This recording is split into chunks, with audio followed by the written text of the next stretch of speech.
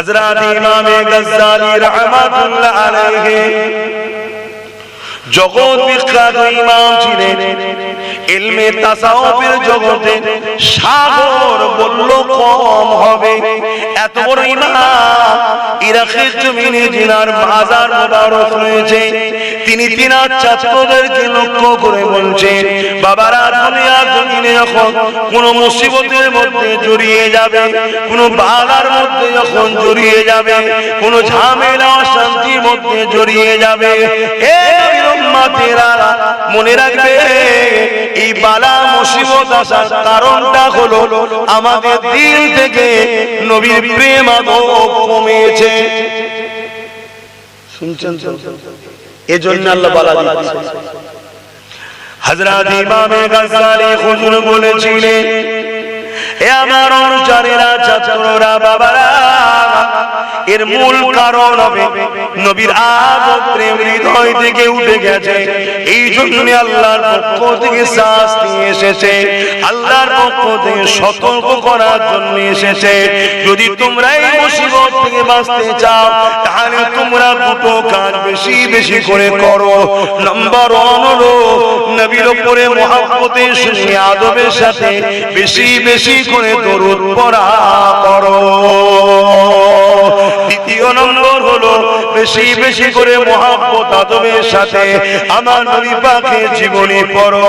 এই যুবকেরা, জীবনী পড়লে কি হবে, জীবনী পড়লে কি হচ্ছে দেখো না, তাকিয়ে গুগলে সার্চ করে দেখো আমেরিকা কি বলতে লেগেছে, ব্রিটেন কি বলতে লেগেছে, ফ্রান্স কি বলতে লেগেছে, দুনিয়ার উন্নত মানের দেশের যুব সমাজ কি বলছে, দুনিয়ার উন্নত মানের যুব সমাজ বলতে লেগেছে।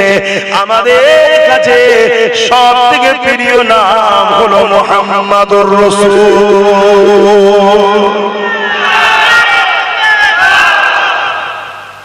আজ আমরা বড় বিপদের সম্মুখীন রয়েছি। আমাদের জীবনে হাজারো অন্যায় রয়েছে, আমাদের জীবনে অনেক ভুল রয়েছে।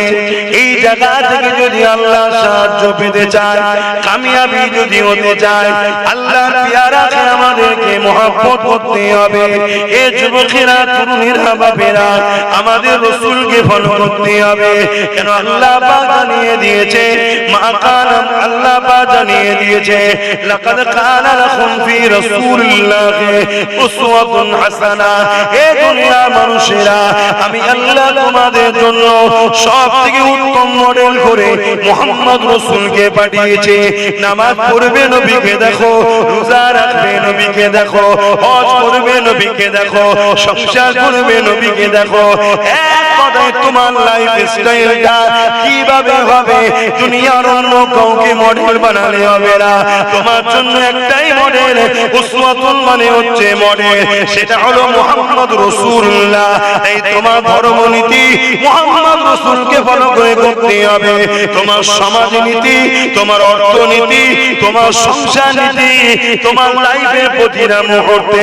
কিন্তু আজকে দুঃখের বিষয়, আমরা গলা লম্বা লম্বা করে নবীর উম্মত দাবি করি।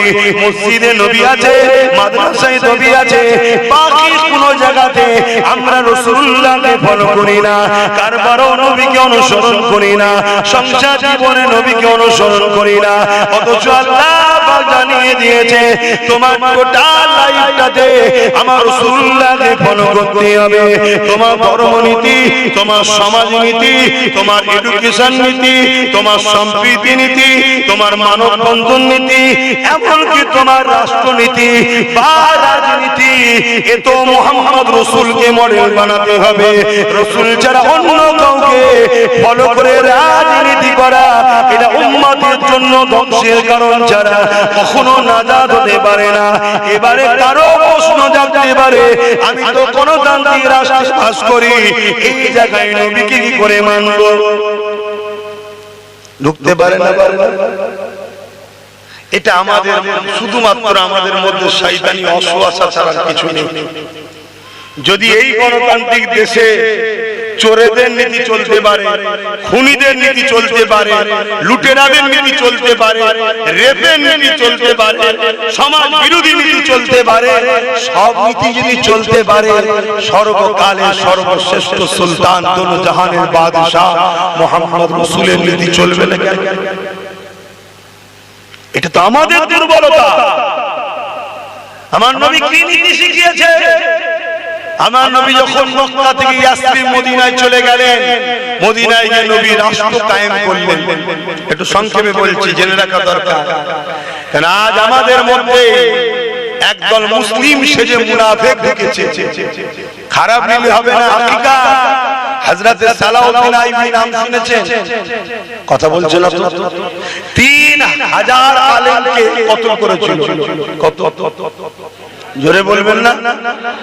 কতল করার পর আল্লাহ ওনার বয়স দিয়েছে বা যাবার সময় হয়েছে, উনি বিছানায় শুয়ে আল্লাহর কাছে কাঁদছেন, বলছে আল্লাহ আমাকে যদি আরো কিছুদিন হায়াত দিতেন, আপনার বান্দা বান্দীগুলোকে মুনাফিকের হাত থেকে বাঁচাতাম। আরো কিছু কতল করা বাকি রয়েছে। কি বুঝলেন? কত হাজার? 3000। আলেম দেখলে হবে না, মুফতি মৌলানা দেখলে হবে না, দাড়ি টুপি দেখলে হবে না, দেখতে হবে হুজুর আছে কিনা। নামাজ দেখে, রোজা দেখে, দাড়ি দেখে, টুপি দেখে, মসজিদ দেখে, মাদ্রাসা দেখে, কোরআন তেলাওয়াত করা দেখে, বড় বড় মসলা ফতোয়া দেখে নবী এই ঈমানদার চিনা যায় না। ঈমানদার চিনতে গেলে যেমন সোনা চিনতে গেলে কোষ্ঠী পাথর লাগে, ঈমানদার চিনতে গেলে মুহাম্মদুর রাসূল লাগে। জোরে বলুন সুবহানাল্লাহ। আর না আবু বকর সিদ্দিক তো নামাজ পড়েছে, আব্দুল্লাহ ইবনে উবাই নামাজ পড়েন। আবু বকর সিদ্দিক নবীর হাতে হাত দিয়েছে, আব্দুল্লাহ ইবনে উবাইও দেয়নি। আমার কথা কি আপনারা বেজার হচ্ছেন? আমি ব্যক্তিগত কারো উপরে রাগ মিটাচ্ছি না। আপনারা আমার নবীর উম্মত, আমার নবীর উম্মতদের বাঁচাবার জন্য বলবো না। চাষ করেছেন 1 বিঘে, কিছু আগাছা বেঁচে গেছে, ওগুলোকে নিরন দিতে হয় না? আহারে মরে যাবে রে, থাক থাক থাক, আপনার লাভ হবে না লস হবে? এই নিরানো হয়নি, বাগানে কত নম্বর গাছ গজিয়ে গেছে, এজন্য সব শেষ। আমরা এজন্য শেষ। হয়তো অনেকে ভাবছেন হুজুর একটু ওয়াকাবলে বলবেন না, 10 বছর ধরে বলছি ভাই, আমার 10 বছর ধরে আমার ক্যাসেট শুনেন আপনারা, 10 বছর ধরে বলছি। 10 বছর আগে থেকে সতর্ক করছি, ওয়াকাব যাচ্ছে, জলদি করে ধর, ওয়াকাব যাচ্ছে ধর, তোদের মসজিদ তোদের থাকবে না, তোদের কবরস্থান তোদের থাকবে না, তোরা তোদের মাহবুবকে পুরাতে হবে, কবর দিতে পারবি না, মসজিদে যাবি AK-47 এ দাঁড়িয়ে থাকবে, পাছা লাল করে দেবে। 10 বছর ধরে বুঝাচ্ছি। নিরীহ ছেলেরা বুঝলো, একদল নামদারি আলেম উলামা আমার পিছনে কম সমালোচনা করেছে, গালি গালাজ দালাল বাপ মা কি না বলেছে। গত 3 দিন 4 দিন আগে কলকাতায় একটা মিটিং হলো, সেখানে একজন দাড়িওয়ালা টুপিওয়ালা আমার বাপ মা তুলে গালি দিচ্ছে, প্রকাশ্য মুখ করতে মাথায় টুপি, বয়স কমসে কম 55-60 বছর বয়স হবে, গালি দিচ্ছে বাপ মা তুলে। আমি নাকি দোষী? কত শুনছেন তো নাকি? যদি আমার সরকার থাকার পরে যদি বলতাম দিল্লি চলে যা, তাহলে দোষী করতে পারতাম। হায় এ কোনটা আসল কোনটা নকল বুঝতে পারল না। আল্লাহ নবী তাই সতর্ক করেছে, 1500 বছর আগে তোমরা কুরাইশের নেতৃত্ব মানবে। কেন নবী বলেছে? আমার উম্মতের মধ্যে ঢুকে যাবে মুনাফিক। আরো একটা কথা বলে যায়, অনেকে বলছে সমস্ত আলেম ওলামা যেদিকে সেদিকেই তো থাকতে হবে, ওটাও শরীয়তের দলিল নয়। সমস্ত আলেম ওলামা হলেই যে থাকতে হবে এমনটা নয়, দেখতে হবে সমস্ত আলেম ওলামার মধ্যে নবী আছে কিনা। 10 জনের মধ্যে নবী আছে, কিন্তু 2 জন নবীর দুশমন একসাথে বসে আছে, জানতে ওই 10 জনের কিছু সমস্যা আছে। শুনছেন তো নাকি?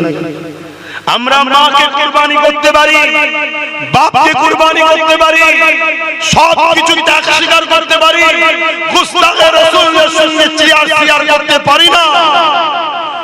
এটাই হলো মুমিনের বৈশিষ্ট্য। কেন আমরা সংখ্যা দিয়ে জিতি না, অর্থ দিয়ে জিতি না, ম্যান পাওয়ার দিয়ে জিতি না, ফোর্স দিয়ে জিতি না, বোম বন্দুক দিয়ে জিতি না। আমরা যতবার জিতেছি সংখ্যা কমে জিতেছি, একটা পাওয়ারে জিতেছি। ওই পাওয়ারটা হলো সিনার পাওয়ার। জোরে বলুন সুবহানাল্লাহ। সিনার পাওয়ারটা কি? ঈমান। সিনার পাওয়ার দুটো হাত, দুটো পা, দুটো কান, দুটো চোখ, কিডনি, হার্ট, সব দামি জিনিস না কম দামি? সব দামি। নামাজ, রোজা, হজ, যাকাত, নামাজ, রোজা, হজ, যাকাত সব। কিন্তু জানটা যদি না থাকে, দুটো হাতের দাম, দুটো পায়ের দাম, চোখের দাম, কানের দাম, নামাজ, রোজা, হজ, যাকাত সবটাই দামি। এসবের জান হলো হুজুর। জোরে বলুন সুবহানাল্লাহ। ঈমান যদি না থাকে সব বেকার। আরো একটা কথা বলি, সমাজে গোমরাহ করবে আপনারা, আম মানুষ তো গোমরাহ করবে কিভাবে? আরে সবাই যখন এক জায়গায় হচ্ছে, বুঝছো না কেন? তাহলে আমি বলবো, কারবালার ময়দানে ইমাম হোসেন হুজুর ছিলেন ৭২ জন। কতজন? আর অপর দিকে ২২,০০০। কত? ২২,০০০। ২২,০০০-এর মধ্যে আলেম কত বলেন? জানেন? আলেম ছিল ৭,০০০। মুফতি কত? ৩,০০০। হাফেজে কোরআন কত? ৩,০০০। সব মিলিয়ে ১৩,০০০। কি ২২,০০০ কে হক বলবেন? কথা বলছে না তো। আগে দেখুন হুজুর আছে না। আল্লাহর রহমত ছাড়া বাঁচা, একটু বলবেন না? আল্লাহর রহমত ছাড়া বাঁচা, আল্লাহর রহমত ছাড়া কামিয়াবি, আল্লাহর রহমত ছাড়া সাকসেসফুল। আল্লাহর রহমতটা কি? এইটাই তো বুঝলাম না। আল্লাহ পাক সূরা আম্বিয়ার মধ্যে জানিয়ে দিলেন, ওয়ামা আরসালনাকা ইল্লা রাহমাতাল লিল আলামিন। এ দুনিয়া মানুষেরা, আমি আমার হাবিবকে তাম আলমের জন্য আমার রহমত বানিয়েছি। আমি আল্লাহ দয়ালু, আমি আল্লাহ রহমত বানিয়েছি। অর্থাৎ আল্লাহ রহমত ছাড়া বাঁচা যাবে না, নবী ছাড়া বাঁচা যাবে না। আল্লাহ রহমত ছাড়া কামিয়াব নাই, তার মানে নবী ছাড়া কামিয়াব নাই। যাদের দিনে নবী ছিল সংখ্যা ১৩ হতে পারে, কামিয়াবি তাদের হয়েছে। যাদের দিনে নবী ছিল সংখ্যা হয়তো একজন ছিল, মুঈনুদ্দিন আজমিরি, কামিয়াবি তিনার হয়েছে। যাদের দিনে নবী ছিল হয়তো হতভাগা আকবর ভারতের রাজা ছিল, তখন বিশাল ভারত, কামিয়াবি কিন্তু মুজাদ্দিদ আল-ফিসানি হয়েছে। মনে রাখবেন, কামিয়াবির মূল রহস্য হলো মুহাম্মদ রাসূলের আদব প্রেম। এ যুবকেরা, তরুণীরা, বাপেরা, আর যাদের নবীর প্রেম আদর্শ সত্যিকারের থাকবে, তাকে নামাজের জন্য ডাকতে লাগে না, রোজার জন্য ডাকতে লাগে না। এই সম্বন্ধে একটা ছোট্ট কথা বলি। একটা ব্যক্তি আমার নবীর দরবারে আসলে, ইয়া রাসূলুল্লাহ, হাবিবাল্লাহ, আমি আপনাকে রাসূল বলে মেনে নেব, আল্লাহর উপর ঈমান আনবো, তবে ৫ ওয়াক্ত নামাজ পড়বো না, আমি মাত্র ৩ ওয়াক্ত পড়বো, ২ ওয়াক্ত পড়তে পারবো না, আমি ৩ ওয়াক্ত পড়বো। আল্লাহ নবী মুচকে এসে উঠলেন, সাহাবা ভর্তি মজলিস। আল্লাহ নবী কি বললেন? ঠিক আছে বাবা, তুমি ৩ ওয়াক্তই পড়বে, আসো কলেমা খানা পড়ে নাও।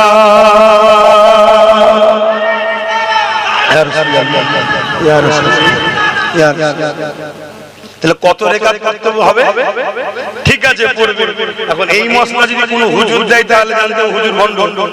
ওটা হুজুর নবীর জন্যই ঠিক আছে। কেন? শরিয়াত হলো নবী। কথা বুঝছেন তো? পৃথিবীর কেউ শরিয়াতের মালিক নয়, শরিয়াতের মালিক আল্লাহ হুজুরকে বানিয়েছে। আর হাত্তাকে এটাও শুনে রাখে, যত নবীরা এসেছে সমস্ত নবীরা মুহাম্মদ রাসূলের প্রশংসা, গুণগান, আশিক ছিল। জোরে বলুন সুবহানাল্লাহ। কেননা সূরা বাকারার মধ্যে আল্লাহ, ওয়া ইয আখাযাল্লাহু মিসা, আমি হাফেজ এমনি সব বলতে পারবো না, ওখানে আমাদের ফুরফুরা শরীফের মানুষ উনি বাকি বলতে পারবেন। কথা বুঝে আসছে, সবসময় স্মরণ থাকে না, তারপরে এখন যা চাপ টেনশনে ঘুরছি আরো সব স্মরণ হয়ে গেছে।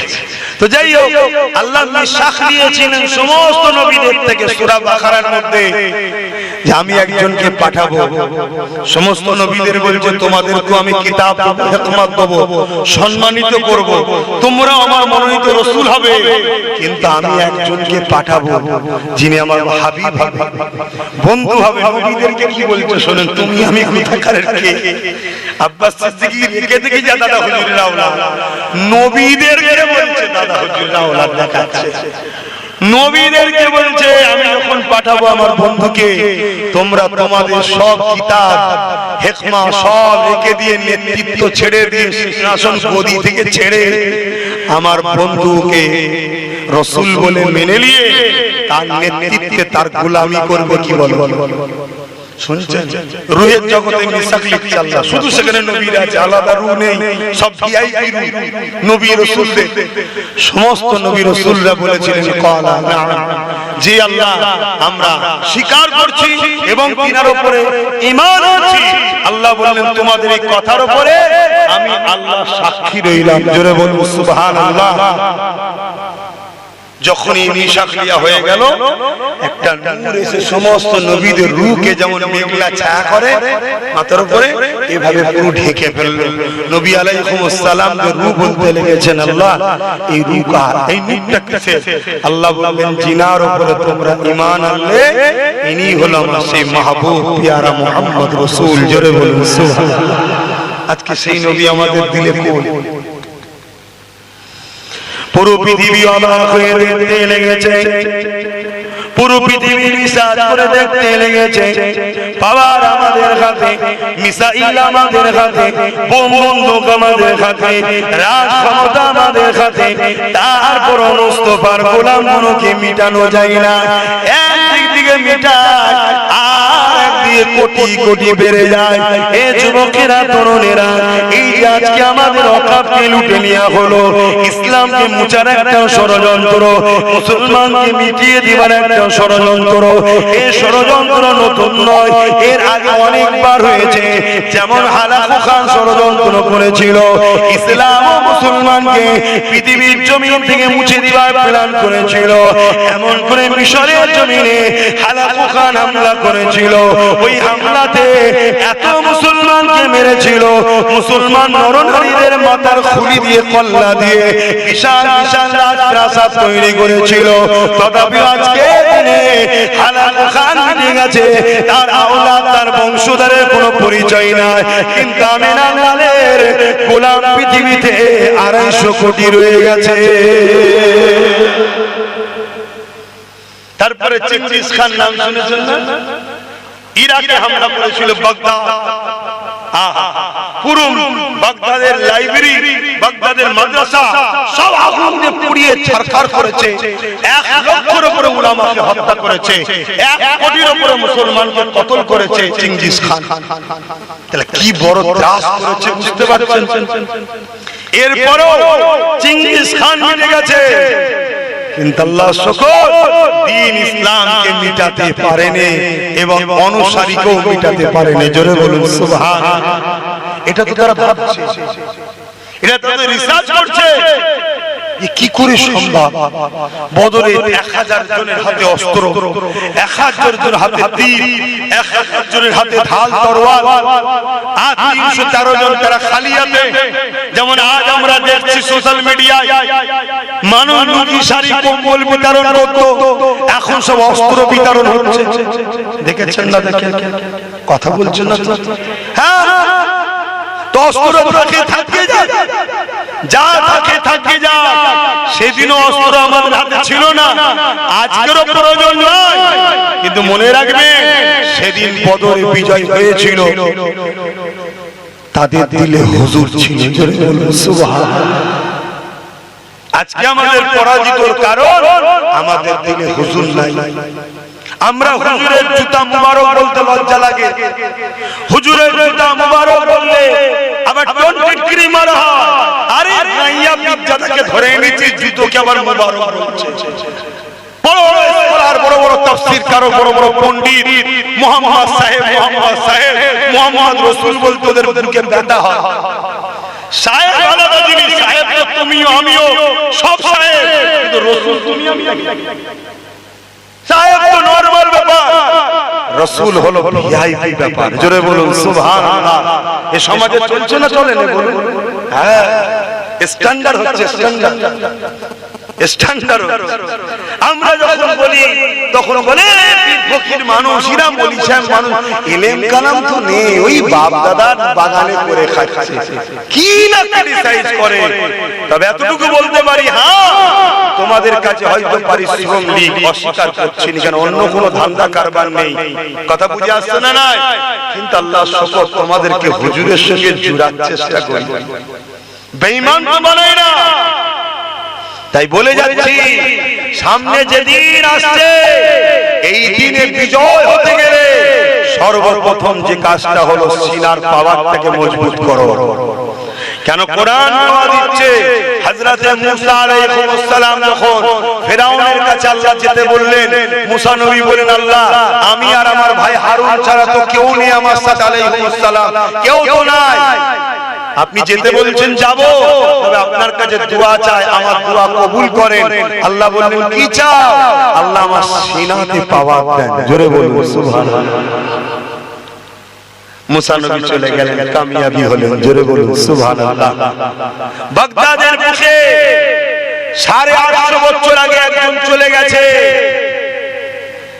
তেনারও দাড়ি ছিল, আমাদেরও দাড়ি আছে, তিনিও নামাজি আমরাও নামাজি, তিনিও রোজাদার আমরাও রোজাদার, তিনিও হজ করেছে আমরাও হজ করেছি, তিনিও মুসলমান আমরাও মুসলমান, তিনিও মাওলানা আমরাও মাওলানা। কিন্তু 850 বছর চলে যাওয়ার পরও আজ থেকে 50 বছর হয়নি, আমেরিকা কত মিসাইল ফেলেছিল, একটা বাগদাদের জমিনে ফাটেনি কেন? এখানে সিনার পাওয়ারওয়ালা শুয়ে আছে, যিনি হলেন পীরানে পীর দস্তগীর গৌসুল আজম বড় পীর আব্দুল কাদের জিলানী আল বাগদাদি আল হাসানী আল হুসাইনি। জোরে বলুন সুবহানাল্লাহ। আর আজকে আমাদের ঘরে কি করছে? যারা সোজা হয়ে দাঁড়াতে পারে না, নাপাক হলে পবিত্র হতে পারে না, তারাও এসে আমাদেরকে পিটিয়ে যাচ্ছে, মেরে যাচ্ছে। কারণটা কি? কি গমর নিতে পাচ্ছেন না, বেকার আমি বলছি, আর না অন্যদিকে চলছে। যদি ফিরতে চান, যদি ইজ্জত পেতে চান, আমার হুজুরের হন। আর এটাও শুনে রেখে দেন, ইমাম গাজ্জালী হুজুরের আরেকটা কথা।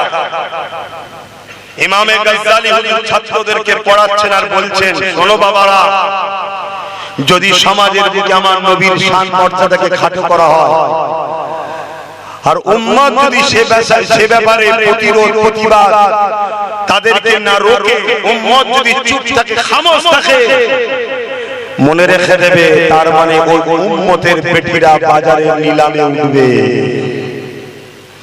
আপনি ভাববেন আমরা আপনার বেটিদের নিলাম করব, আপনাকে কে করতে বলেছে? আপনাকে মেরে আপনার বেটিকে বাজারে বিক্রি করা হবে, আপনাকে খুন করে আপনার পরিবারকে বাজারে তোলা হবে, আপনাকে মেরে আপনার মাকে পরিবারকে বাজারে বিক্রি করা হবে যদি হুজুরের গোস্তাখি থেকে চুপ থাকা হয়। এটা আল্লাহর পক্ষ থেকে শাস্তি। আমরা ওয়াদা করেছি আল্লাহর কাছে, আমানতু বিল্লাহি ওয়া মালাইকাতিহি ওয়া কুতুবিহি ওয়া রাসূলিহি। রাসূলের সরদার হলো মুহাম্মদ সাল্লাল্লাহু আলাইহি ওয়াসাল্লাম। আজকে আমাদের চোখের সামনে নবীকে ছোট করা হচ্ছে না, হয় কথা বলে?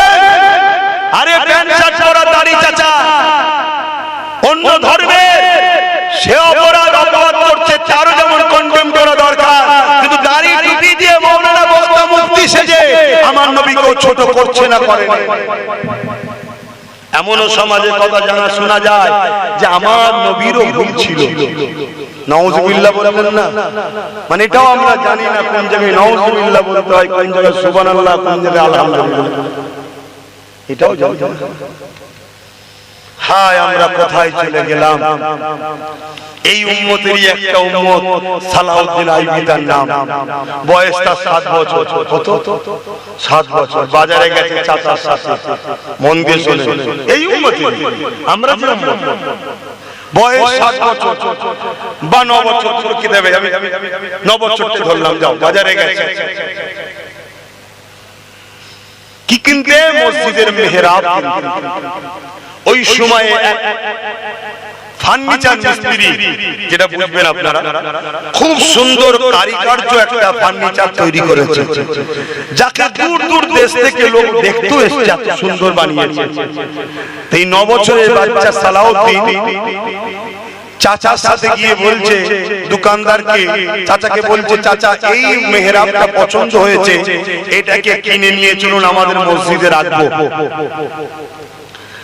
দোকানদার বলছে, বাবা ছেলে, বাবা ভালো, এটা বিক্রি না, এটা গিফটের জন্য তৈরি করেছে, আমি গিফট করব। হালকা বয়সে সালাউদ্দিন বলছে, আমাকে গিফট করুন না, আমি মসজিদেই তো রাখবো।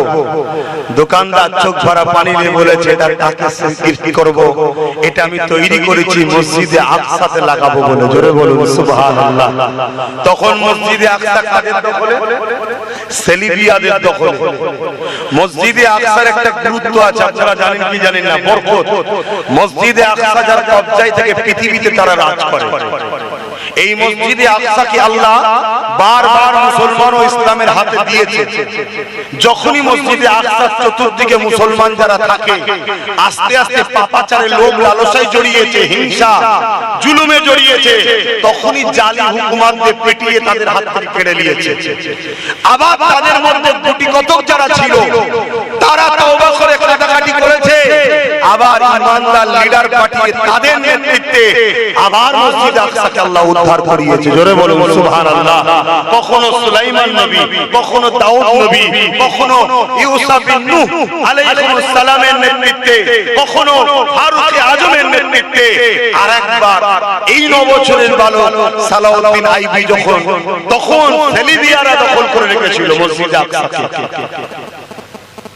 ওই সময়তে ওই 9 বছরের বালক সালাউদ্দিন আইবি কথা শোনার পরে দোকানদারকে কি বলছে জানেন? দোকানদারকে বলছে, ইনশাআল্লাহ আপনি রেখে দিন, মসজিদে আকসা দখল করে এটা আমি গিয়ে লাগাবো। জোরে বলুন সুবহানাল্লাহ। আর আমাদের 9 বছর ছেড়ে দেন, আমাদের 30-40 বছর পর্যন্ত রাত জেগে জেগে পাবজি গেম খেলছে, হিসি নেই, জাকামি দিন এদের অস্তিত্ব মিটে যাচ্ছে, এদের হুঁশি নাই। তাহলে আমরা মিটবো না তো কারা মিটবে? তবে এখানে একটা কথা বলবো, চ্যালেঞ্জ দিয়ে বলছি, ইসলামকে যারা মিটাতে চেয়েছে তারা মিটে গেছে, ইসলাম মিটবে না। জোরে বলুন সুবহানাল্লাহ। কিন্তু আমাদের গাফলতির ফল আল্লাহ আমাদেরকে কোটি কোটি মুসলমানকে জালিমদের হাতে কতল করিয়ে দেবে। কেন? আমরা নামে তাল ঘটি দেবে না, আমরা নামে তাল আমরা বেঈমান নেতার জন্য বোম বন্দুক বার করি, মা বাবার জন্য মারপিট করি, সামান্য একটা জায়গার জন্য নিজের মায়ের পেটের ভাইয়ের নামে কেস করি। আর মুস্তাফা জানের রহমতের বেলায় যখন কোন প্রতিবাদ হয়, সেই সকল আলেম উলামাদের বিরোধী করে, তাদেরকে দাওয়াত করে আবার খানা খাওয়ায়, তাদের শুনে শুনে তাদের মাহফিলে গিয়ে আবার শুনি আমরা, সেই উম্মত আমরা। আল্লাহ আমাদেরকে ধ্বংস করবে না?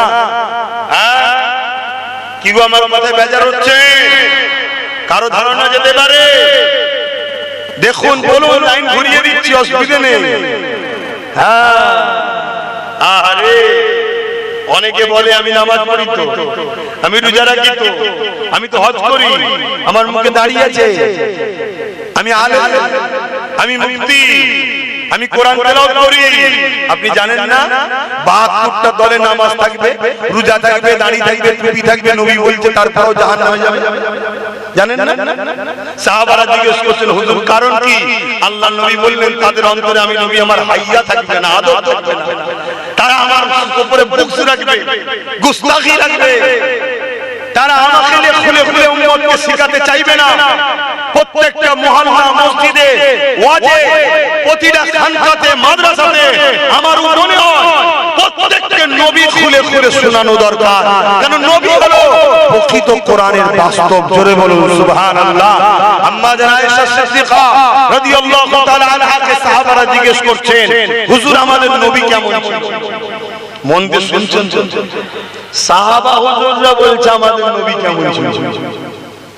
जिनारा 24 घंटा হুজুরের কাছে থাকা পছন্দ করে, সব সময় হুজুরের কদমের গোড়ায় বসে থাকে, হুজুরের সাথে জিহাদে, হুজুরের সাথে নামাজে, হুজুরের সাথে হজে, হুজুরের সাথে সফরে, হুজুরের সাথে রোজায়, হুজুরের সাথে কোরআন তেলাওয়াতে, দ্বীনি শিক্ষায়, সব জায়গায় যারা থাকতো হুজুরের সাথে, তারা বলছে আম্মা জানকে পর্দার আড়াল থেকে, আম্মা আমাদের হুজুর কেমন ছিল? আম্মা জান কি বলছে? তাহলে সাহাবা হুজুররা হুজুর কেমন ছিল বুঝতে পারছে না, আর আমাদের মুফতি বলছে হুজুর চিনে ফেলেছে, হুজুর তো আমাদের মতো ছিল। বলে না বলে না? হাই রে দুঃখ, হাই রে কপাল, এগুলোকে সব ইসলামের দুশমনরা আমাদের মধ্যে প্রজেক্ট করেছে। ঢাকা মতো শহরেতে 19 বছর নামাজ পড়াচ্ছে একজন ইমাম সাহেব, দেখেছেন কি জানি না, মুখ ভর্তি দাড়ি, কথা বুঝে 19 বছর নামাজ পড়াচ্ছে। 19 বছর পর ধরা পড়লো সে একজন খ্রিস্টানের চর, সে খ্রিস্টান। মুসলিম ঘরের ছেলেদের ঘরে বন্ধুত্ব করে করে আস্তে আস্তে লা ইলাহা ইল্লাল্লাহ মুহাম্মদ রাসূলুল্লাহর পরে বলছে ঈসা রূহুল্লাহ, এই কলেমাটা শিখাচ্ছে আস্তে আস্তে। শুনছেন? তাহলে 17-19 বছর পরে ধরা পড়ে, সালাউদ্দিন আইয়ুবী 3 হাজারকে কতল করে। আমাদের বাগানে এখন কত আছে? কি গো ফিতনা লাগাচ্ছে? আমি বাঁচাবার চেষ্টা করছি, বাঁচাবার চেষ্টা করছি। আমাদের বাগানে আছে না নাই? চিনবেন কি করে? ওই চিনার নমুনা বলে দিলাম। 100টা যদি কথা বলে 70টা যেন হুজুর হুজুর করে। নবী নবী নবী নবী নবী, শুনছেন তো নাকি? তাহলে লক্ষণ পাবেন, ঠিক আছে। 100টা যদি জলসা করে 70টা যেন নবীর পক্ষে শোনায়। এই জীবন নিয়ে তুমি মন করা না, মন করো না, কোরআনের কথা। কোরআন হলো না, কোরআনে দেখো না কয়েক ভাবে আল্লাহ বান্দাদের ঘরে ডেকেছে। ইয়া আইয়ুহান নাস, কথা বুঝা আছে? ইয়া আহল কিতাব, আবার ইয়া আইয়ুহাল্লাযীনা আমানু। ইয়া আইয়ুহান নাস মানে সর্ব ধর্মের মানুষ তার মধ্যে আছে। হে মনুষ্য জাতি, হে আহলে কিতাব, তার মানে আরো যারা আসমানি কিতাব এসেছে তাদের উপরে, অন্যান্য নবীদের উপরে, উম্মতদের উপরে এসেছে, তাদেরকে লক্ষ্য করে বলছে আমার নবীকে মেনে নাও। আর ঈমানদারকে লক্ষ্য করে কি বলছে? আইয়ুহাল্লাযীনা আমানু, হে ঈমানদারেরা। আর যখনই আল্লাহ বলেছে হে ঈমানদারেরা, তখনই আল্লাহ বলছে আমার নবী এমন ছিল, আমার নবী এই ছিল, আমার নবীকে এত ভালোবাসি, আমার নবীকে এত সম্মান। আল্লাহ নবীর গুণগান গাইছে, জোরে বলুন সুবহানাল্লাহ, আরো জোরে বলুন সুবহানাল্লাহ। মসজিদে তো ঈমানদার থাকে, ইমামও তো ঈমানদার, ওয়াজে তো ঈমানদার থাকে, আর মৌলভী সাহেবও তো ঈমানদার, মাদ্রাসায় তো ঈমানদার থাকে, উস্তাদও তো ঈমানদার। ঈমানদারের সামনে নবীর কথা বলা, এটা তো আল্লাহর পদ্ধতি। তাহলে ঈমানদার যখন সামনে, বেশি বেশি করে নবী শোনানো দরকার, এটা আল্লাহর কোরআনের স্টাইল। বুঝতে পারছেন তো নাকি? এই লক্ষণ যদি পান জানবেন ভুল মানুষের জীবনে থাকবে ভাই, কিন্তু হুজুর আছে, আর হুজুর যার মধ্যে আছে, আজকে যদি সে বিখ্যাত পাপীও হয়, হুজুর থাকার বরকতে ওকে আল্লাহ কিন্তু জান্নাত যাবার উপযুক্ত বানিয়ে তুলে নিয়ে যাবে। বললেন না সুবহানাল্লাহ? সবাই বললেন না সুবহানাল্লাহ? আর হুজুর যদি না থাকে, আব্দুল্লাহ ইবনে উবাইয়ের মতো বড় দাড়ি, বড় পাগড়ি, হুজুরের পেছনে দাঁড়িয়ে নামাজ পড়তো, সিদ্দিক আকবর কেউ দাঁড়াতে দিত না। হুজুর ইমাম, ঠিক সোজাসুজি আব্দুল্লাহ ইবনে উবাই। আবার কত বড় বদমাইশ, যখন হুজুর মদিনার নববীতে ঢুকতো, সাহাবারা সব বসে আছে, হুজুর আসবে নামাজ হবে, ও দাঁড়িয়ে যেত, এই সাবধান হও, সাবধান হও, আল্লাহর রাসূল আসছে, বিয়াদবি না হয়। শুনছেন? আবার কি করতো? হুজুরের সঙ্গে জিহাদে গেছে, হুজুরের সঙ্গে হজে গেছে, হুজুরের সঙ্গে বসে হুজুরের মুখ থেকে দিন শুকেছে, কিন্তু আল্লাহর কোরআন তাকে বলছে সবথেকে নিকৃষ্ট জাহান্নামে। কেন? ও ছিল হুজুরের আস্তানের ভেতরে ঢুকে। যেই আম্মা আয়েশা হুজুরের ব্যাপারে মুনাফিকরা একটা কথা বলেছিল, পুরো মদিনার বাজারে আব্দুল্লাহ ইবনে উবাই ছড়িয়েছিল। এই সুযোগ কিছু কিছু মুনাফিক মুসলমান আমাদের লিডার নেতা সেজে বসে আছে, শুধু কখন আমরা বিপদে পড়ব, যেই আমরা বিপদে পড়েছি অমনি বলছে দিল্লি চলে যাও। বলছে না? বলে এসব মুনাফিক ব্যাপার। ঢুকে আছে জানো? আজকে তো দেখলাম হাফ প্যান্ট পরা ইমাম সাহেব, দেখলাম হাফ প্যান্ট পরা ইমাম সাহেব, দাড়ি পান চাচা ইমাম সাহেব। তবে যে ইমামগুলো এই ধোঁকাবাজকে চিনতে পেরে তাকে সারা দেয়নি, তাদেরকে আমার পক্ষ থেকে আন্তরিক শুভেচ্ছা জানাচ্ছি। যাক, আল্লাহ দেরি হলো, হয়তো পরিবর্তন আমার জাতি হচ্ছে, আল্লাহ কবুল করুন, আল্লাহুম্মা আমিন। আবার কয়েকজন গিয়েছিল, গিয়ে তার ভেতরে কি হয়েছে সে মেসেজটা বাইরে বার করেছে, তাদেরকেও ধন্যবাদ জানাই। হয়তো চাপে পড়ে গেছিস ভাই, কিন্তু ভালো মেসেজ গুলো দিয়েছিস। কেন আমরা দেখলাম মহিলা ইমাম, মহিলা ইমাম কোন মসজিদের ইমাম আমি জানি না, হাফ প্যান্ট পরা ইমাম, দাড়ি প্যান্ট শার্ট পরা ইমাম, দেখলাম কি হচ্ছে ধর্মটাকে নিয়ে হাসছে, ধর্মটাকে নিয়ে কি নাটক হচ্ছে বুঝতে পারছেন না? আমার নবী কত কষ্ট করে এই দিনটাকে এনেছে, আর সেই দিনটাকে নিয়ে কি হচ্ছে? আল্লাহ ছেড়ে দেবে? হ্যাঁ, গাছের বিন আল্লাহর বিনা হুকুমে গাছের পাতা লড়তে পারে? একটু সবাই সাড়া দেন, লড়তে পারে? আল্লাহর বিনা হুকুমে যদি গাছের পাতা না লড়তে পারে, এত বড় ভারতবর্ষে কে প্রধানমন্ত্রী হবে আল্লাহর বিনা হুকুম হয়ে গেছে? ফেরাউনকে তো আল্লাহই বসিয়েছিল, নমরুদকে তো আল্লাহই বসিয়েছিল, সাদ্দাতকে তো আল্লাহই বসিয়েছিল, আবু জেহেলকে তো রাজক্ষমতা আল্লাহই দিয়েছিল। দুটো কারণ, মুমিনের ঈমানকে টেস্ট নেবে, মুমিনের মাকানকে আল্লাহ বাড়াবে। জোরে বলুন সুবহানাল্লাহ। মুমিন তো সে আবু জেহেলের হাতের মধ্যে থাকার পরও পাথর বলেছিল, আবু জেহেল তুই মিথ্যাবাদী, মুহাম্মদ রাসূল তার সত্যবাদী। জোরে বলুন সুবহানাল্লাহ। এটা তো মুমিন, যে কোন জায়গায় থাকি না কেন মুহাম্মদ রাসূলের ইজ্জতের ব্যাপার যখন হবে, কোন দেশে কার হাতে কে ক্ষমতায়, কত ক্ষমতা, ওসব দেখলে হবে না, হুজুরের পক্ষে সাক্ষী দিতে হবে। এটাই হলো মুমিনের বৈশিষ্ট্য। জোরে বলুন সুবহানাল্লাহ। কামানের সামনে, অস্ত্রের সামনে, বুলেটের সামনে, তরোয়ালের তলাতেও মুমিন মুহাম্মদ রাসূলের পক্ষে গুণ গাইবে। কেন? মুমিন জানে তুই বোম দেখাচ্ছিস, বন্দুক দেখাচ্ছিস, মুমিন কিন্তু কামানের সামনে আল্লাহর জান্নাত দেখতে পায়। জোরে বলুন সুবহানাল্লাহ। তো ভাইরা আমার, তাহলে আজকে সেই জায়গায় জালিম কে আল্লাহ বসায় দুটো কারণে। এক, আল্লাহ কোরআনে বলছেন সূরা বাকারাতে, তোমরা আমিও আমার হাবিবকে যখন ভুলে অন্যদের গুণগান গাইবে, অন্যদের ফায়দা পৌঁছাবে, অন্যদের উপকার করবে, আমি আল্লাহ তখন জালিম হুকুমত বসিয়ে তোমাদেরকে টাইট দেবো তার হাত। শুনছেন তো নাকি? আমরা ভুল করেছি না? তার পাওনা পাচ্ছি, কিছু করেন না। এবারে ঝড় এলে 100টা পাকা আম পড়লে একটা দুটো কাঁচাও তো পড়ে না, হ্যাঁ, একটা দুটো ভালো যাবে। ভালো যাওয়াটা হলো পরীক্ষা, তার জন্য সে শহীদ হবে, তার মাকাম বাড়বে, আর পাকা গুলো পেকে যাওয়ার জন্য মরণ হয়েছে। কি গো আব্বা জানে রাগ করবে না? আর দাওয়াতের খবর শুনলে আসবেন, সবাই তো চুপচাপ কেন? কি করবো বলেন না? রোগটা তো আর কি বলে ডায়রিয়া বা কি বলে জ্বর সর্দির ব্যাপার না, রোগ তো ক্যান্সারের থেকে মারাত্মক। এখন কেমো ছাড়ার উপায় কি? মার কেমো, তাহলে দাড়ি চুল থাকে থাকুক না, যে মানুষটা তো বাঁচো, তাই কড়া কড়া বলতে হচ্ছে। কি করবো? কিন্তু আমি কিছু ভুল বলছি, ব্যাস কথা ক্লিয়ার, তাহলে তো ক্লিয়ার। বাপেরা, নওজোয়ানেরা মন দিয়ে শোনে, এই নববছরে সালাউদ্দিন বড় হয়ে গিয়ে সালাউদ্দিন আইবি হয়ে গেলেন। একদিন তিনি 12,000 সৈন্য নিয়ে আল্লাহর মসজিদে আকসাকে উদ্ধার করার জন্য এগিয়ে চললেন। কোন জিনিস যদি বেদখল হয়ে যায় সঙ্গে সঙ্গে হয় না রে বাবা, তার জন্য প্ল্যান পরিকল্পনা তৈরি করতে হয়।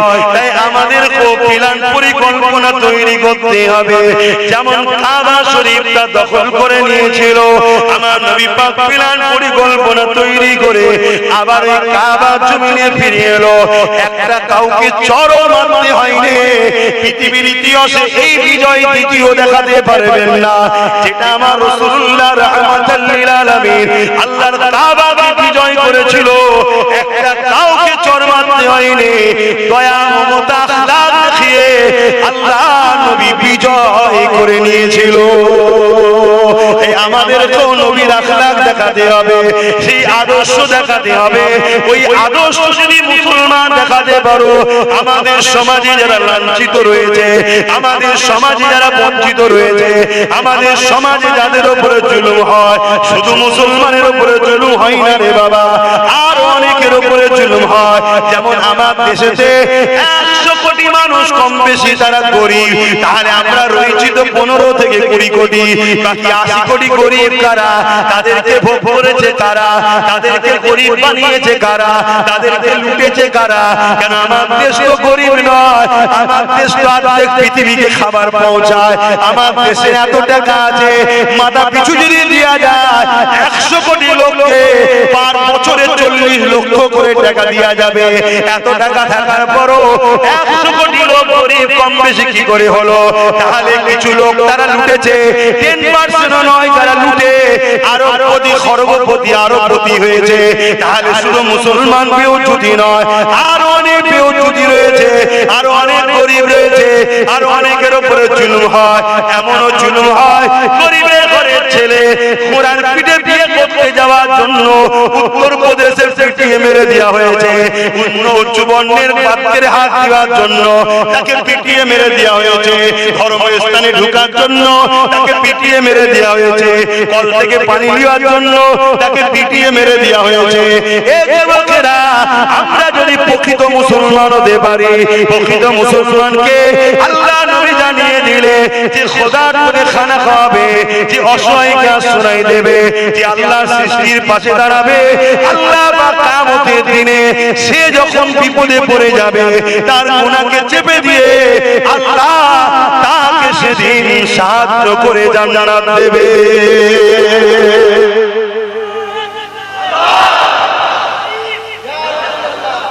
ইয়া রাসূলুল্লাহ, আল্লাহু আকবার। কথা বুঝে আসছে বাপজানেরা? তাহলে আমরা আমাদের প্রতিবেশী কারা গরিব আছে দেখা দরকার আছে না? যদি মুসলমান না হয় তাও তার পাশে দাঁড়ানোর দরকার আছে না? নাই। যদি খোদার তো যে কোনো ধর্মের হয় দাঁড়ানোর দরকার আছে না? নাই। কেউ যদি বিপদে পড়ে অন্য ধর্মের লোক তার পাশেও দাঁড়ানোর দরকার আছে না? নাই। এটা কি ইসলাম? কি গো বলবেন তো নাকি? এ ওয়াজ হয় শুধু ঘুরিয়ে ফিরিয়ে একটাই ওয়াজ নামাজ। পৃথিবীতে আর কিছু নেই, ইসলামে আর কিছু নেই, ঘুরিয়ে ফিরিয়ে একটাই ওয়াজ। এই নামাজ পড়লে গুনাহ না পড়লে গুনাহ? কে কে জানেন যে নামাজ পড়লে গুনাহ হয়? এমন কি আছে? কথা বলছো না? কিন্তু সবাই জানে নামাজ না পড়লে গুনাহ হয়, তারপর পড়ছে না কেন? এই দোষটা কার? এই দোষটা তো বাপ মা। বললি আপনার স্মৃতি খারাপ হয়ে যাবে। যখন আপনার বাচ্চার বয়স ছিল 5 বছর, আপনি সব জায়গায় পাঠালেন, স্কুল কলেজ সব পাঠালেন, আপনি আল্লাহর জন্য আপনার বাচ্চার হাত ধরে মসজিদে এনেছিলেন? বলুন, 5 ওয়াক্ত এনেছিলেন? যদি 5 ওয়াক্ত একটা 5 বছরের বাচ্চা 10 বছর পর্যন্ত নিয়ে আসতে, 5 বছর একটা জায়গায় যাচ্ছে, আরে দুদিনের যদি একজনের সঙ্গে চিনা পড়া ছেলে এত মহব্বত হয়ে যায়, মসজিদের সঙ্গে 5 বছর দেখা সাক্ষাৎ হচ্ছে, মহব্বত হতো না? তাহলে তো আমাদের দোষ। প্রত্যেকটা বাপ মার উচিত, যদি নতুন করে নামাজি দেখতে চান, 5 বছর বয়স থেকে বাচ্চাকে মসজিদে নিয়ে যান। কেন? বাচ্চা বলতে পারে, পেশাব পায়খানা সব বোঝে। মসজিদে গিয়ে ছুটোছুটি করবে, খেলা করবে, লাফাবে, মুসল্লির পিঠে উঠবে, যা পারে করুন। আল্লাহ যখন বলছে গুনাহ নেই, আপনার মাথায় চাল পড়েছে কেন? এই যে যাতায়াত হবে, আল্লাহর ঘরের সঙ্গে প্রেম পয়দা হবে। দেখবেন 10 বছর পর বলতে হবে না, ওর মন টাইমে মসজিদকে ডাকবে, ঠিক চলে যাবে আল্লাহর ঘরে। এটা আমরা করি না, এটা আমাদের সমস্যা। আমাকে কি নামাজের বিরোধী মনে হলো নাকি? কথা বলেন ভাই, নামাজের বিরোধী মনে হলো? হ্যাঁ, আরে নামাজ এত বড় ইবাদত। নামাজে যখন সিজদা দিই, আল্লাহর কুদরতি কদমে মাথা পড়ে। জোরে বলুন সুবহানাল্লাহ। এত বড় জিনিসটা ছেড়ে দিচ্ছি, এটা কি ইচ্ছা করে নয়? এটা কি আমাদের অভ্যাস না থাকার জন্য বদমাইশি নয়? এটা আমাদের সঙ্গ দোষ খারাপ হওয়ার জন্য নয়? নামাজ এত বড় ইবাদত, নামাজে যখন কোরআন পড়ি আল্লাহর সঙ্গে কথা হয়। জোরে বলুন সুবহানাল্লাহ। নামাজ এত বড় ইবাদত, নামাজই তো আমাকে নবীর গুরুত্ব বুঝিয়েছে, তাই তো নাকি গো?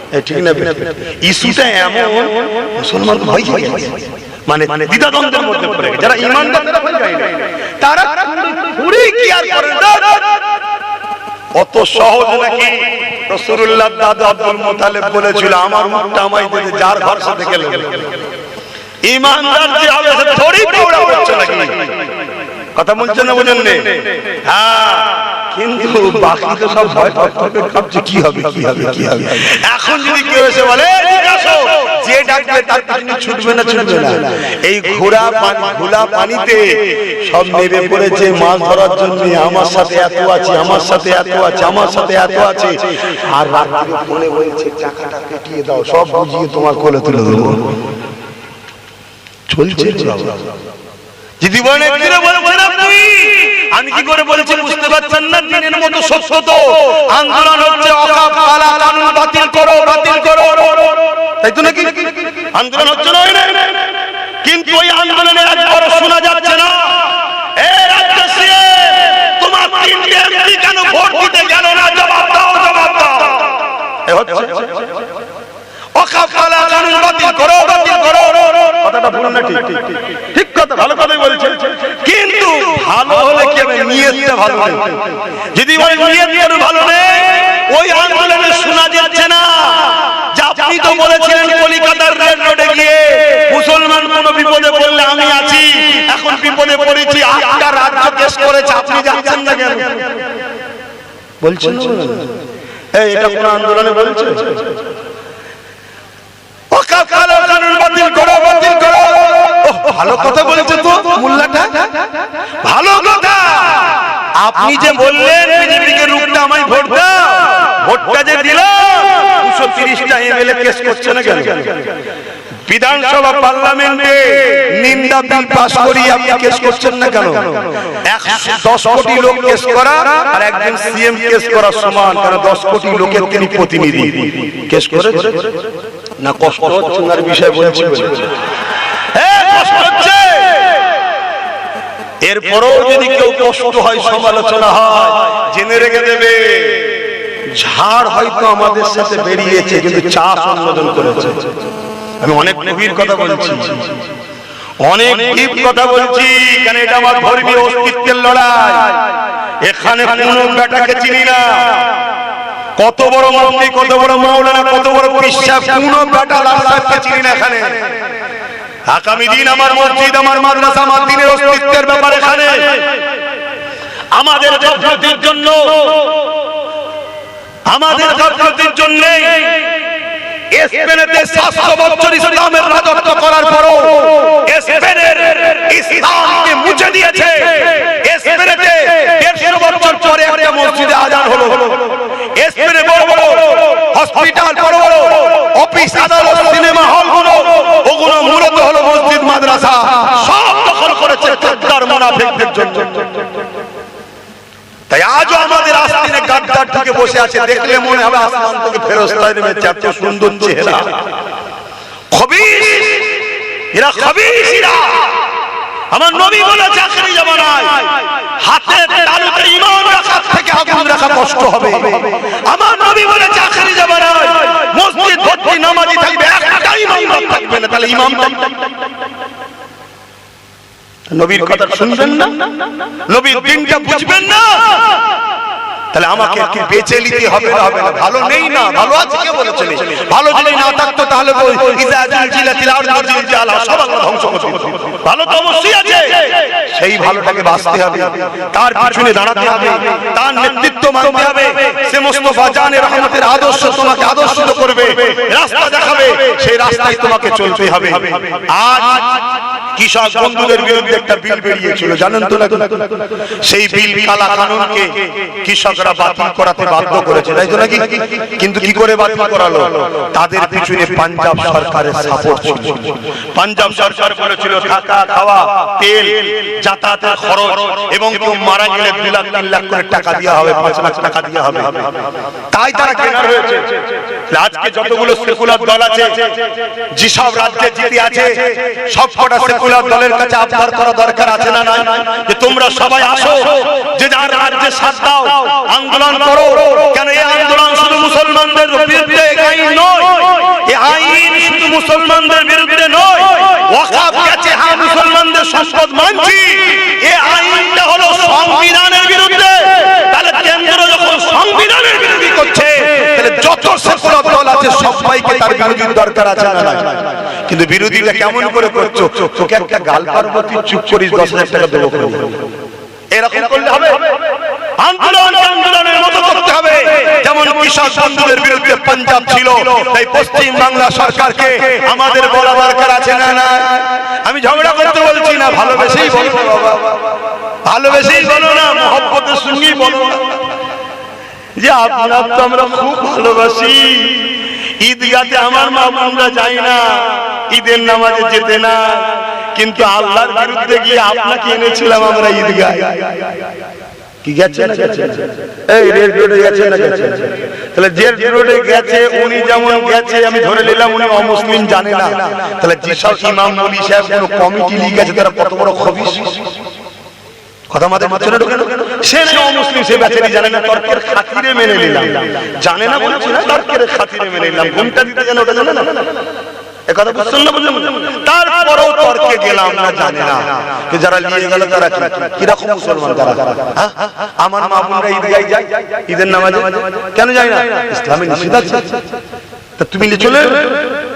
আর 1 লক্ষ লোক দেখিয়ে ছেড়ে দিলে, উনি বসে নিয়ে বিভাজন করে দিল। ধর্মীয় মুসলমান তো ধর্মীয় প্রতিষ্ঠান জায়গা তো বিভাজন করে দিল। বিভাজন যখনই হবে অমনি বিজেপি হিন্দু পাড়ায় যেমন দেখেছিস, ও তো ওদের হয়ে গেল, তোদের কি আছে? ওই দিকে ওরা বিভাজন করে দিল। আর এই সুযোগে কথা হয়ে গেল 5 কোটি টাকা পাঠিয়ে দিল। কথা মাথায় ঢুকছে না? ঢুকবে না? কষ্ট হচ্ছে। কষ্ট যদি হয় অভ্যাস করুন, শোনা না, খুব বিপদ আসছে, খুব বিপদ আসছে। তাহলে পাঞ্জাব সরকারের মতো সরকার আমাদের সাবধান, এ দাবি তোলা দরকার আছে না? তাহলে আজকে যারা আন্ডার হাফ প্যান্ট পরে ইমাম গেছিল, ওরা এ দাবি তুলেছে। কথা বলছে না? আজকে যারা পীর, যারা মুফতি, মাওলানা, এ দাবি যে আমাদেরকে একটু সাথ দেন, কেউ বলেছে? যখন বললো দিল্লি চলে যাও, কেউ বলেছে যে আপনি কথা বলছেন কেন? ভোট দিই বাংলায়, ভোট লিবার সময় বাংলায়, আর এখন দিল্লিতে বলছেন কেন? তাহলে কি বুঝছেন? আন্দোলন তো করতেই হবে। তাহলে আন্দোলন 2 ধরনের হচ্ছে। একদল আন্দোলন করছে আল্লাহ ও রাসূলের জন্য, ওয়াকফ কালো কানুনকে বাতিল করার জন্য। ওই আন্দোলনকে আব্বাস সিদ্দিকীর পূর্ণাঙ্গ সাপোর্ট করছে। আর একদল আন্দোলন করছে রাজ্যে 80 থেকে 85 হাজার বিঘে সম্পদ এই সরকারের আমলা চামলা দখল করে রেখেছে। বিজেপি বলছে ওটাও আমি নেব, তাই চিল্লাচ্ছে লিখে দেবো না। কথা মাথায় ঢুকছে না? তার 2টো আন্দোলন হচ্ছে তো। আপনারা কোন আন্দোলনের সাথ দেবেন সেটা ভাবুন। যে আন্দোলনে দেখবেন রাজ্য সরকারকে জিজ্ঞেস করা হচ্ছে 3টে এমপির বিষয়ে কি চিন্তা ভাবনা, সুপ্রিম কোর্টে কেস করলেন না কেন? আজকে তো হ্যাঁ, আজকে তো কেস চালু হলো, জানেন তো নাকি? ওখানে কিন্তু নওশাদ সিদ্দিকী যে বসে আছে, যার একটা মাত্র, আর আজকে ওর সাথে আরো 40-50টা থাক ফাইটিং হতো না, হতো না। কিন্তু আপনারা 500 টাকার আর মোড়া মুরগির বিরিয়ানি, চলো। আর আমার আম্মা বোনেদের জন্য চলে আসো, পর্দা তুলে ইসলামের ফরজ আইনকে বারবার চলে আসো। তাতে যায় 1000, যায় 2000, ইসলামের পর্দা তো মিটিয়ে দিচ্ছি। প্ল্যান পলিসিটা তো বুঝতেই পারছি না আমরা কি হতে চাইছি। আর আল্লাহর লানত ওই নারীদের উপরে হয় যারা বেপরদায় থাকে, আর ওদের হাতে খানা খেয়ে মসজিদে গিয়ে সেজদায় বলছে আল্লাহ আমি তোমায় খুব ভালোবাসি, এজন্যই তোমার খাচ্ছি। এখনো সময় আছে আমার আব্বাজান, আমার ভাই হন আপনারা, আপনারা আমার মা বোন হন, বাঁচাবার চেষ্টাই বুঝাচ্ছি। পরিবর্তন হন, পরিবর্তন হন, পরিবর্তন হন। আসুন, এই বিলকে কি সমাধান করার রাস্তা আছে না? আমার খুদ্দুরা গেলে 3টে রাস্তার কথা আমি একটু বলবো, শুনবেন, ধৈর্য আছে। নাম্বার 1, বিল আলাদা জিনিস, আইন আলাদা জিনিস। এটা এখন আর বিল নেই, আইন হয়ে গেছে, তাই তো নাকি? আইনকে কাটতে গেলে আইনের অস্ত্র দরকার। আইনকে কাটতে গেলে আইনের অস্ত্র দরকার। আইনের অস্ত্র কি? সর্বোচ্চ আদালত সুপ্রিম কোর্ট। সুপ্রিম কোর্টে যেতে হবে। কারা যাবে? যারা নেতৃত্ব আছে তাদের দেওয়া দরকার আছে না? এর পাশাপাশি প্রত্যেকটা আলেম উলামা ইমাম যারা ওয়াকফ থেকে ফায়দা নিয়েছে তাদের যাওয়া দরকার আছে না? কি গো আমাকে গাল দিলেন দেখি, আমি কিছু ভুল বলছি? যাওয়া দরকার আছে না? তাহলে লক্ষ লক্ষ কেস হবে, সুপ্রিম কোর্ট ভাববে কি হচ্ছে, জজ সাহেবরা ভাববে কি হচ্ছে, দেশের মধ্যে কি ফিতনা। অলরেডি আজকে জিজ্ঞেস করেছে যে আপনারা যে আইনটা করছেন এটা কি সংবিধানের পক্ষে হচ্ছে না বিরুদ্ধে হচ্ছে? এবং দ্বিতীয় প্রশ্ন জিজ্ঞেস করেছে হিন্দু টাস্ক ফোর্সে মুসলমানকে কি রাখবে? কই পেয়েছে কালকা শুনানি হবে, কথা বুঝে আসছে না? আইনের অস্ত্র ধরেন কোনো কারণে কাটতে পারলেন না, ডেটের পর ডেট, ডেটের পর ডেট, ডেটের পরে দ্বিতীয় নম্বর অপশন হলো যে ক্ষমতায় ওরা আইনটা তৈরি করেছে ওই ক্ষমতা তৈরি করতে হবে। যত সেকুলার দল আছে সবাইকে এক জায়গায় করো, ডাকো, আসো, যে আসবে না তাকে লাথি মেরে সরিয়ে দাও, আসো আসো। আরে আল্লাহ তোমাদেরকে নুন করেছে, তেজপাতা হতে যেও না, চুষে ফেলে দেবে। আসো, সবাইকে একত্রিত হয়ে 5 বছর 10 বছর লাগুক। মুসা সাল্লাল্লাহু দোয়া চেয়েছিলেন আল্লাহ ফেরাউনকে মিটাও, আল্লাহ কথা দিলেন মিটিয়ে দেবো। 40 বছর পর মিটালো, ধৈর্য হারা হলে হবে? এখন থেকে ওই পাওয়ার বাড়াও, ওই পাওয়ার বাড়াও সেকুলার দলগুলোকে সাথে নিয়ে। কিন্তু এখানে আমার একটা প্রশ্ন, সেকুলার দলগুলো তো সবাই আসে ক্ষমতায় যাওয়ার পরেই তো বলে দিল্লি যা। এজন্য তাহলে কি করবে? Partnership, partner. তোকে আমি সাপোর্ট করছি না, দুজনের জোট করছি, এক হবো, আমারও থাকবে তোরও থাকবে। কথা মাথায় ঢুকে না? চেয়ারের পাশে চেয়ার, খেটেছি 1 লাখ টাকা মাইনে দিয়েছেন তা নয়, 2% হোক, 3% হোক, 5% হোক, চেয়ার আমি মালিক হব। কথা বুঝছেন না? বুঝেন না? যেমন আমি বলেছিলাম না চেয়ারের 4টে পায়ে হাতে রাখ, আজকে বলুন যদি একটা হাতে থাকতো তাহলে বলতে পারতো দিল্লি যা, আমি বলতাম ওঠেন আমার পাড়া খুললো। কথা বুঝছেন না? বোঝেন না?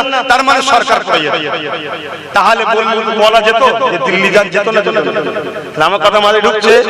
তাহলে ওই জিনিস সব দিয়েই দাও, তাহলে জানবে যে আসবে সেই বলবে দিল্লি যান। তাহলে কাউকে নয়, নিজের পাওয়ার তৈরি করতে হবে।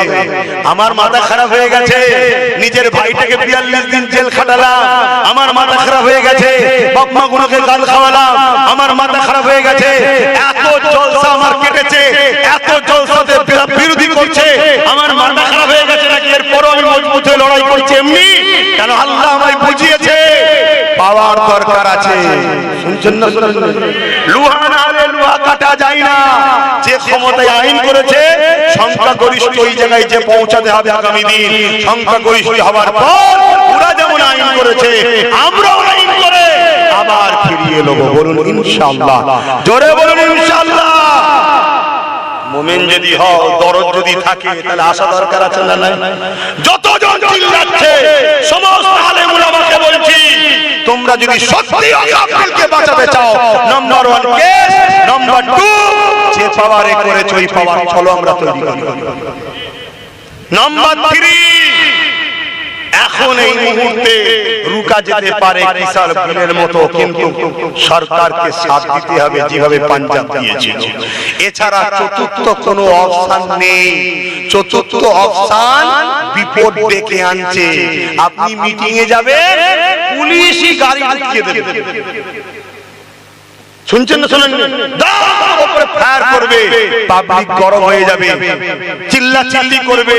ওই পাবলিকের মধ্যে দাড়ি টুপিওয়ালা লম্বি বাহিনী সেজিয়ে কিছু ওদের লোক থাকবে, তারা পুলিশের গাড়ি ভাঙচুর করে আগুন ধরিয়ে দেবে। শুনছেন না? শুনেন? যেমন গত 2 দিন আগে নওশাদ কলকাতায় মিটিং করলো, রাজ্য সরকার বলছে কালা কানুনের নামে বিরুদ্ধে, রাস্তায় আটকে মুসলমানগুলোকে পিটছে। না আছে তাদের হাতে লাঠি, না আছে কোনো অস্ত্র, অথচ যাদের হাতে আটিটা অস্ত্র থাকে তাদেরকে আবার গার্ড দিয়ে যাওয়া হয়। যারা সমাজের মধ্যে বিষ ছড়ায় ওই তাদেরকে সব পাহারা দিয়ে যাওয়া হয়। ওই যে পূর্ব মেদিনীপুর থেকে পাহারা দিল্লি যেতে যাচ্ছেন না, এগুলো বোঝে, তাদেরকে মারা হলো। তারা তখন নিজেদের এলাকায় একটা প্রোগ্রাম করলো, আর সেই প্রোগ্রামে দুষ্কৃতী ঢুকিয়ে দিয়ে নিজেদের গাড়িগুলোকে, মোটরসাইকেল গুলোকে সব ভাঙচুর করে আগুন ধরিয়ে নিরীহ হাজার হাজার ছেলের নামে কেস দিচ্ছে। কেন? কোনোভাবে তো নওশাদকে ভাঙড়ে দমন করতে পারছে না, এবার কেস দিয়ে করাবো। কথা শুনছেন না? তো এই জায়গায় হাত গুটিয়ে বসে থাকতে হবে। এই জায়গা সিস্টেম এই তিনটে বললাম, আপনাদের কি পছন্দ হয়েছে? কার কার পছন্দ হয়েছে একটু সাক্ষী দেবেন আল্লাহকে। একটু লম্বা করে হাত তোলেন, যার যার পছন্দ। আমি জোর করছি না। পাশে দেখেন না কেউ বাদ আছে কিনা হাত তুলতে। কেউ বাদ আছে? হাত না বাদ। কেন পাশে দেখতে বললাম? যদি হাত না তুলে মারবে না। ইসলাম মারার বিশ্বাসী আমাদেরকে দেয় না। ইসলামে মারা, জুলুম করা হারাম। ইসলামে জান বাঁচানো ও ডিফেন্স করা ফরজ। বদরে আমরা মারতে যাইনি, মারতে এসেছিল, ডিফেন্স করতে গেছি, ফেরেশতা পাঠিয়ে ধরতে করল, আলাদা করে দিয়ে চল। শুনছেন? হ্যাঁ, 12,000 সালাউদ্দিন আইবি কথাটা বলবো না, থাকবে না। আরো উলামা আছে। মৌলানা সাহেব এসে গেছে, নিয়ে আসেন মৌলানা সাহেবকে। না ভাই, আমি অনেক দূর থেকে আসছি। আমি অনেক দূর থেকে আসছি, কথা বুঝে আসছে। সেই চন্দ্রকোনা নাকি বলে, ওখান থেকে আসছি, কথা বুঝে আসছে। আবার কালকে জলসা তো সেই আষাঢ় মাসের শেষ পর্যন্ত জলসা। ভাদ্র, আষাঢ়, শ্রাবণ মাসটা ফাঁকা। আবার ভাদ্র মাসে নবী দিবস পড়ে গেছে, ও মাস জলসা। তাহলে এক মাস শুধু রেস্ট পাবো, আর রোজার মাসটা রেস্ট জানতো ভাই। তারপরও বলছি, সালাউদ্দিন আইবি হুজুর 12,000 সৈন্য নিয়ে গেলেন। রাত্রিরে একজন গুপ্তচর পাঠালেন, যাও সেলিবিয়ারা কি করছে দেখো। 4 লক্ষ সৈন্য দিয়ে সেলিবিরা মসজিদে আকসাকে ঘিরে রেখেছে। কত? তখন পৃথিবীর সবথেকে শক্তিশালী তারা ছিল সেলিবিয়া, নাম যারা হিস্ট্রি পড়ে তারা জানে। আর সালাউদ্দিন আইবি হুজুরের কত বলুন? 12,000। সালাউদ্দিন আইবি বলেছিলেন নাকি আমাদের সংখ্যা কম, কি করব, পালিয়ে যাই।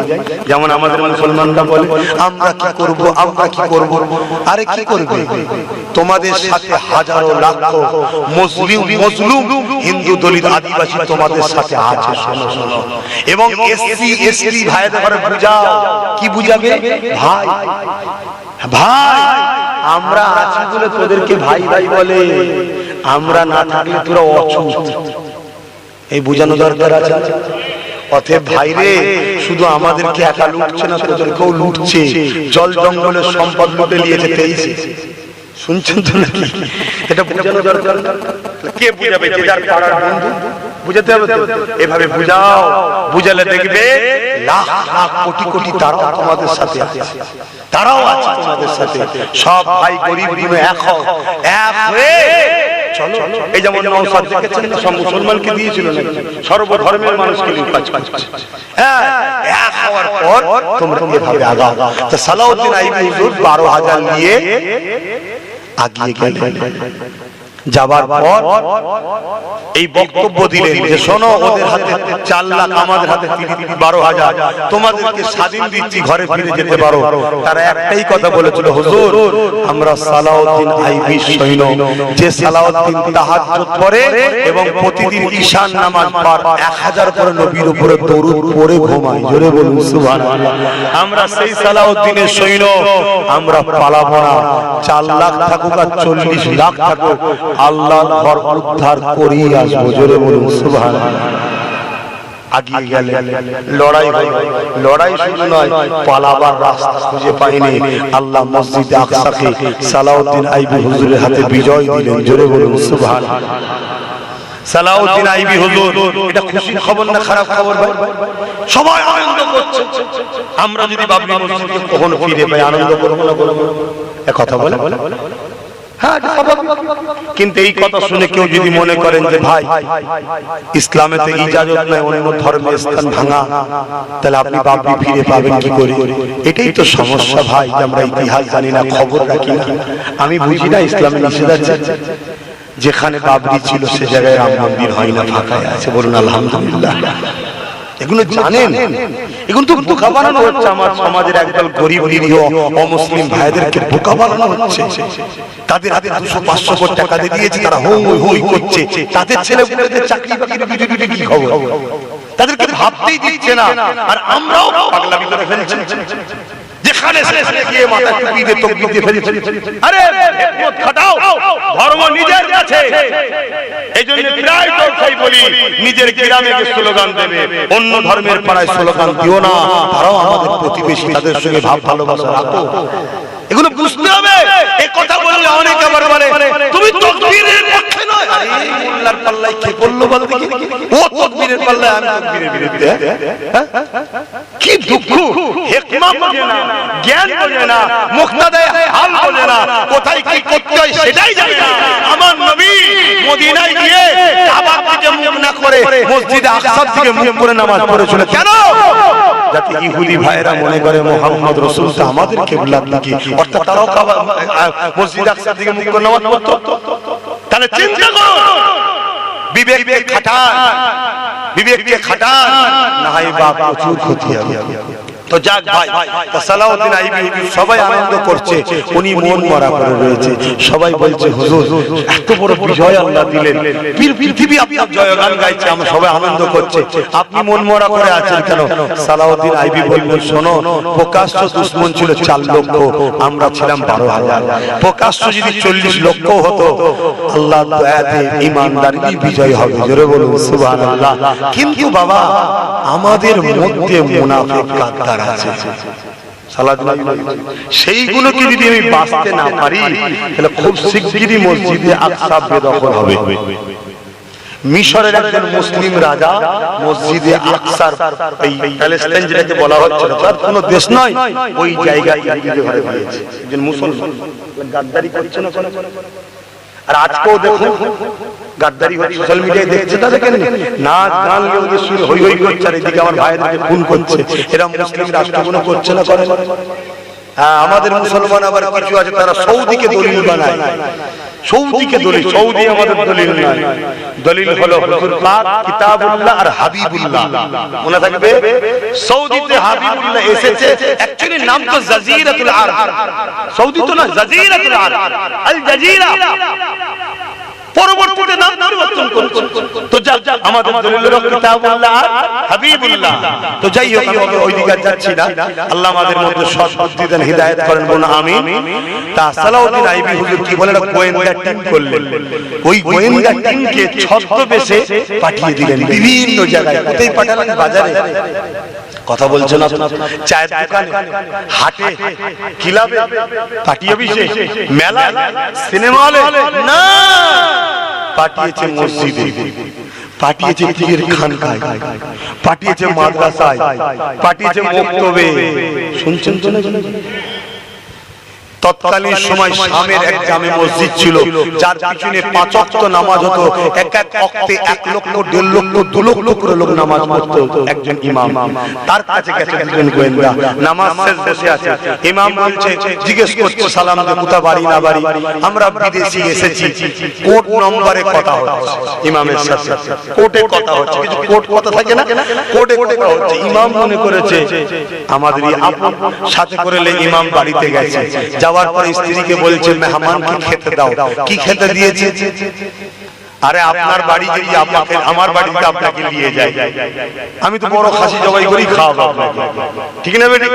আরে ইমাম সাহেবের বাড়ি যদি আমরা যাই, আমাদের ইমাম তিনিও তো আমাদেরকে খাওয়াবে নাকি? কিন্তু ওই ইমাম কি খেতে দিয়েছে? শরীর গোশত আর মদ। শুনছেন? সালাউদ্দিন আইবি হুজুরের যে গোয়েন্দা ছিল, উপরের ড্রেস খুলছে, মানে পুলিশের ড্রেস বের হচ্ছে, তখন ইমাম ছুটতে গেছে, ধরেছে। এই রকম 3000 মুনাফিক গাদ্দারকে সালাউদ্দিন আইবি কতল করেছে। তাহলে আমাদের মধ্যে এমন কত কি আছে? আর এই অজগুলো করলে তারা আমার উপরে বন্ধুত্ব করবে না, রাগ হবে, কথা বলে, তাই তারা আমার পিছনে লেগে থাকে, দিন রাত গাল করে আমার। আজকে আবার কত গাল খাবো আল্লাহ জানে, কাল থেকে শুনে নেট খুলে দেবো গাল খাবো। কিন্তু গাল খাবার ভয়ে নবীর উম্মতের কি হক কথা বলা বন্ধ করতে হবে নাকি? এর থেকে জলসা বন্ধ করতে হবে। যে আল্লাহ আমি হক কথা বলতে পারছিলাম না, তাই আমি ওই জলসার নামে হারাম খেতে পারিনি, আমি ছেড়ে দিয়েছি জলসা করা। তোমাকে নিয়ে এসেছে দিন শোনাবার জন্য, আর তুমি পেটের জন্য কেসা কাহিনী বলে চলে গেলে। বাবারা বাবারা বাবারা, সব ভালো মিলে যাও, সব ভালো মিলে যাও। নবী বলছে ৭৩ দল ৭২ খারাপ, এ বলছে সব ভালো। তো কার কার নবীর কদরের কথা, এজন্যই তো মরিছি। শোনো, আবার বলে যাচ্ছি, আল্লাহ সাহায্য ছাড়া বিজয় নেই, ইমানদারের সাথে আল্লাহ আছে। আসো সালাম দেবো ইয়া নবী।